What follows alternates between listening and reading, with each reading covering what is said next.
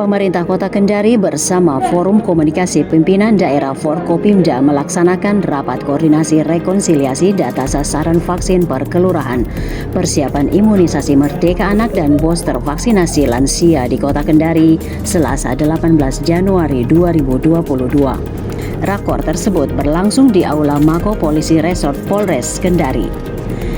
Wali Kota Kendari Zulkarnain Kadir menyatakan rapat koordinasi tersebut berlangsung untuk mengatur rencana pelaksanaan vaksinasi agar lebih optimal, sehingga masyarakat semakin terlindungi dari varian Omikron.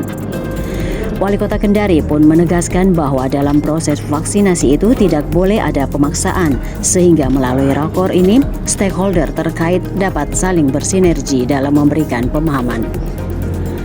Pemerintah Kota Kendari dalam memberikan pemahaman tentang vaksinasi, Wali Kota Kendari perlu menggunakan metode persuasif.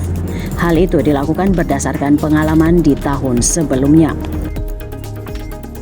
Kita sengaja melakukan rapat koordinasi ini untuk kemudian mengatur lagi rencana bagaimana optimalisasi vaksinasi kita agar capaian-capaian kita bisa membuat masyarakat lebih tenang, membuat masyarakat lebih terlindungi, tidak perlu khawatir terkait dengan ancaman varian Omikron. Nah, ini langkah kita sudah punya data by name, by address, per kelurahan, bahkan per RW.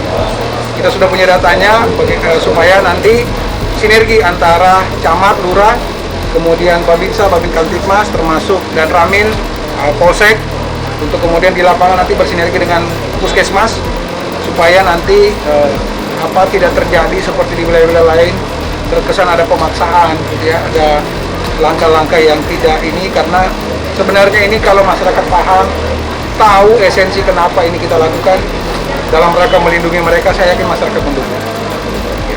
Jadi seperti itu, kenapa kita lakukan hari ini, supaya persepsinya sama, mindsetnya sama, langkah di lapangannya juga sama.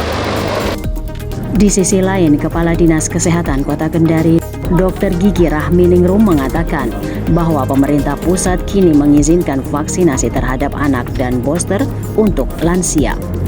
Lanjutnya, Pemkot telah memiliki data by name, by address terkait masyarakat yang belum melaksanakan vaksinasi, sehingga berdasarkan data itu, masyarakat dapat diarahkan ke pelataran MTQ untuk menerima vaksinasi. Seluruh kabupaten di Indonesia melaksanakan vaksinasi anak. Selain itu, sasaran untuk vaksinasi anak sekira 37.500 orang dengan jumlah sekolah dasar negeri di Kota Kendari sebanyak 106, sedangkan untuk sekolah dasar swasta ada sebanyak 21 sekolah.